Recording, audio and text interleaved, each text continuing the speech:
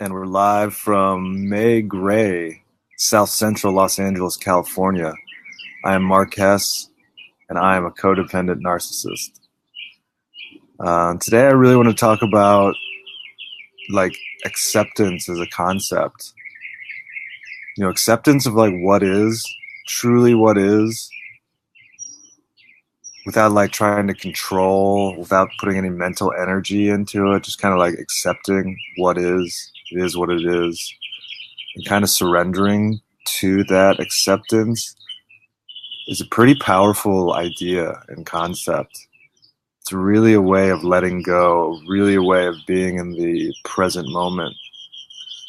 And, it's no wonder that it's the last step in the Kubler-Ross grief cycle. The 5 parts of the grief cycle are denial, anger, bargaining, depression, and acceptance.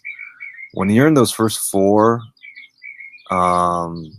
vibrations, denial, anger, bargaining, or depression, you are in your own suffering.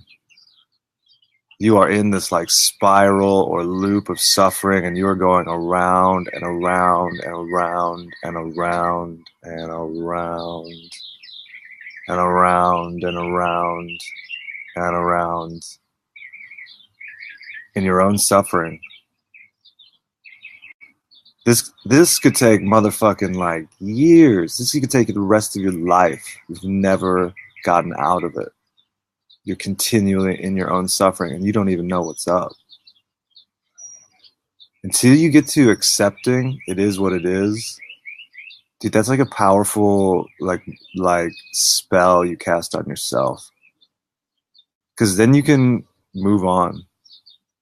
And without that acceptance, you can't move on and end your suffering. So in any situation where you feel uncomfortable, the goal really should be, how do I get to acceptance of the situation really fast? Because the more I'm stuck in the first 4, denial, anger, bargaining, and depression, the longer I suffer. So when I come to acceptance and move on, then I can experience relief from that suffering. It is what it is. And I used to have so much resistance to that word, the phrase. I'm not really sure why. I have to think about that. It is what it is. Most people, can't really conceptualize what love is. True unconditional love is about other. And if there are conditions attached to that feeling of love, then, by definition, that's need. That is not love. Love cannot be about self. It has to be about giving to other. If you love yourself, that's called narcissism, actually. And narcissists, they just can... Narcissists and codependents are just drawn together. It's their emotional set point. But narcissists, they can't love each other. What they think is love is really kind of called trauma bonding. It's more like Stockholm syndrome. You kind of brainwash yourself. It's kind of fucked up, really, man. I've been really learning a lot about this, and it's really fucked up what we attach our feelings to, because our brains, pattern match, and then we associate love with this really false idea of what it is. So off, so wrong. And trauma bonding, yeah, man, that doesn't sound like love to me. That sounds like need, homie. Super need. So I'm going to continue working on this recovery from codependency and narcissism as part of my spiritual path. It seems to run parallel with a lot of the things that I'm moving towards, so it seems to be a good thing, actually.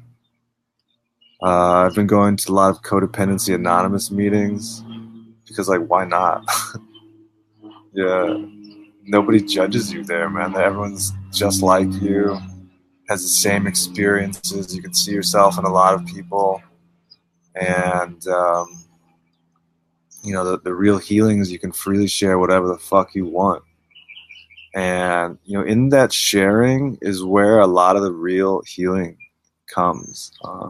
I'm big into journaling and writing out your feelings, but something about like vocally sharing to other people and then those other people not judging you is like a huge healing modality. I don't even know what you'd call it. It's very healing. Similarly, like this podcast, I don't give a fuck if anybody else is watching it or ever watches it. The fact that I'm just doing this is very healing for me because so long we've suppressed our feelings, and because we didn't have a self, feelings were bad. They weren't validated, so they were bad. So in suppressing feeling, that leads to depression, and when we express our feelings, it leads to healing. So I like going to these meetings, and it's nice to share and not have to feel like you're being judged and nobody's interrupting you or commenting on your shit. Because like I said, man, I'm going all the way, suckers. And I hope this message finds you well. And if you're listening to this, I do understand your pain, like 100%. And I'm sending love to you.